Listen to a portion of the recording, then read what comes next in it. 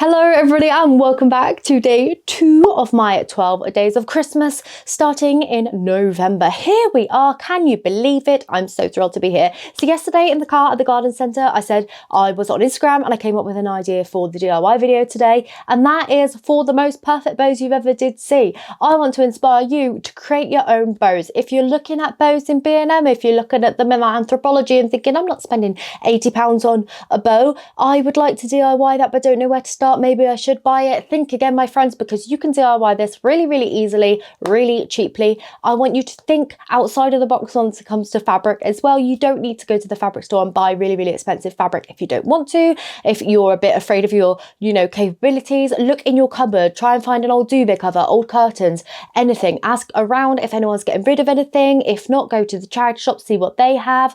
Today's DIY, I actually made it out of a curtain myself, and I've used this for many projects this season. A big velvety bow. I've made this to kind of fit the dimensions that I actually want with the skinny little tails, but the best part is you can make this exactly how you want it, and because I already had the fabric, it was free, and in about half an hour I have my very own bow and I didn't have to buy one. So winner, chicken dinner. Let's get crafting our bows. Oh, look at this fabric. Hit the absolute jackpot of this. Do you know what? I didn't even find this. Oh look, curtain weight still on there. I didn't actually find this myself. My mum found it in a charity shop. She called me straight away. She's like, do you want me to pick this up for you? It's £5. I'm like, definitely, buy it. Don't look at the price, just buy it. And then, oh, so thrilled to have this in my life. Anyway, so I want my bow to be 50 centimetres, I think, kind of like about that sort of size, So what we're going to need to do is have two pieces the same size, because we need to sew a rectangle to create the top bit of the bow. There we go. How big is that? That looks about what I was saying. Nice. We'll just go with this to keep it easy. So you're going to fold over your fabric, right size together. Mine's got a little seam there, but we won't worry about that. That's going to be things. So how much is this? 33 plus however many that is. What is that? 45 centimetres, ideal. And what we're going to need to do is work out how big we want that bow part. I just go off vibes, I'm not going to lie. So around about there looks about right to me. So 25. So I'm going to do 45 centimetres by 25. If I could be bothered, I would get my rotary cutter, but I can't be. You know me, I'm a lazy crafter. Okay, it is just who I am. I can't help it. If I can make something quicker and more efficient, I will just do that. So what we're going to want to do here is simply sew all 4 edges. Again, like I said, lazy crafter. I'm not even going to change the white thread.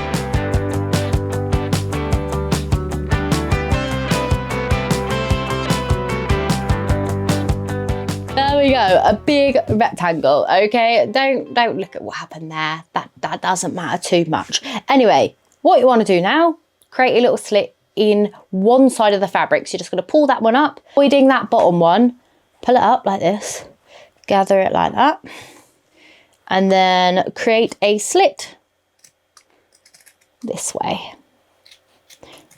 One thing about this velvet fabric is it likes to fray a lot, and I have all these little red specks everywhere. I'm literally just going to be like a little red speckled egg by the end of this. So the hoover is definitely coming in handy recently.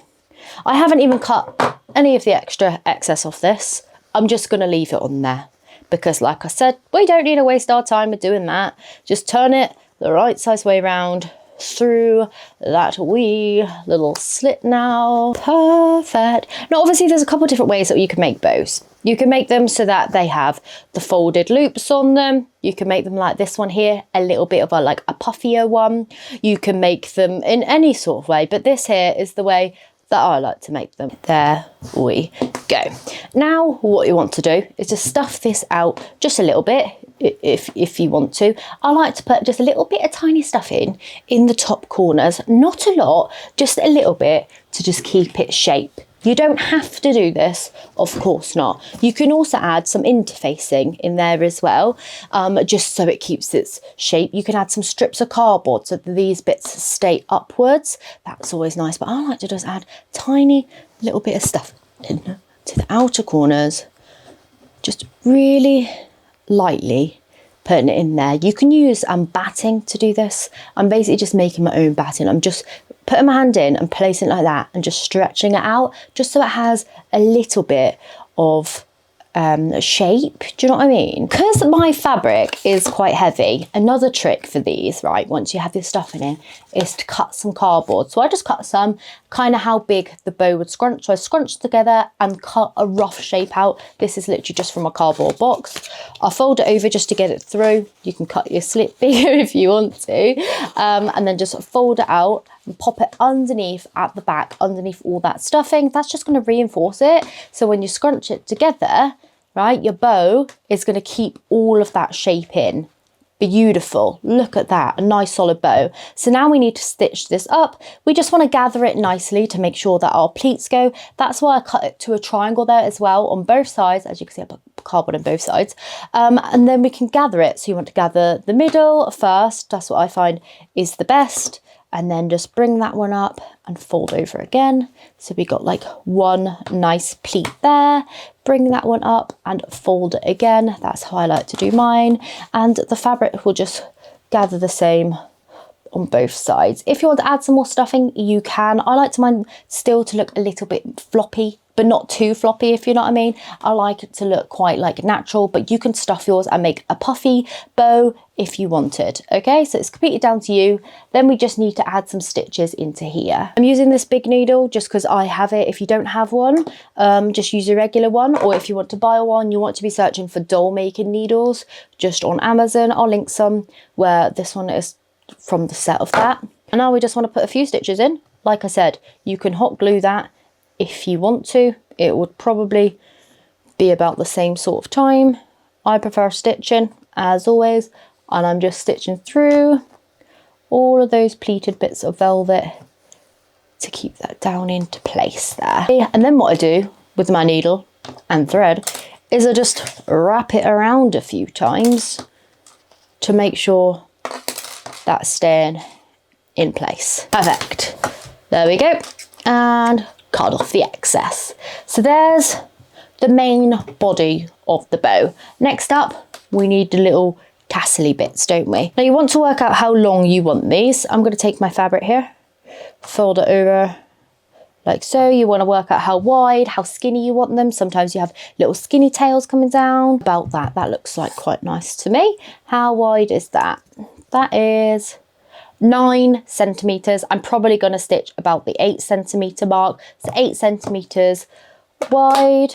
And I'm going to do the full length of this fabric, which is 90 centimeters, as we know, because we folded in half and it was 45 a second ago. And you also need to decide what you want on the bottom edges of your tails. So do you want them to be pointed? Do you want them to be like that sort of shape with the triangle out of them? Just decide here, because then we can stitch that. I'm probably going to go for, what do I want?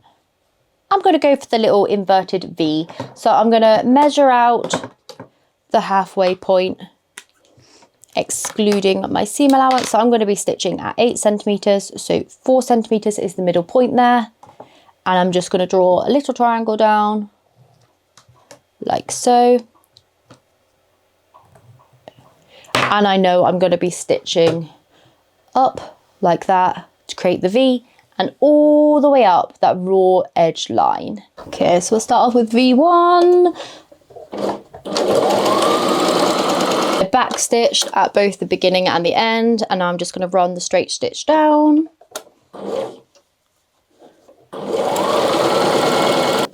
Oh, I ran out of bobbin. Oh, that always happens, doesn't it? Oh, refill your bobbins. Now, once you've sewn that, you need to cut off the excess. As you can see, excess cut off. We have a nice big piece of ribbon. You want to fold it in half, about the halfway point. And again, same sort of technique as we're doing on the bow, just cut a little slit. I'm going to go fold it in half like that. and just about there. And then we want to turn the whole thing the right size way round. The reason that I just go ahead and stitch it all the way down is just because it's quicker on my sewing machine, okay? You can leave this slit open when you're actually sewing. It would make a lot of sense, but for time and ease, without having to think about where to start and stop the sewing machine, just stitch it all, cut it after, because these little holes are going to be covered anyway. It really doesn't matter. Okay, now with that piece turned inside out, you can see my little ends on there. I think this probably would have looked better as a straight edge. Do I want to go back in and change that? I might actually. This is quite a thick fabric, so it's like gathered up in the middle. I think this would look better on just like a cotton fabric. I'm gonna go back in and change those. There you go, that's looking much better on this fabric. I've always done the little V on quilted fabric before, but obviously this is a new piece of fabric for me. I should have known better than to even attempt it. So I like my tails, I always call these tails, I don't actually know what they're called, to be points facing inwards. You can do them this way around if you prefer your bow to look like that, but obviously with them being handmade you can make it however you want. So just fold one on top of the other where that slit kind of is, and just make sure they're kind of even down the bottom, just like that. Now we need the bulk part of your bow, so the bow body just on there.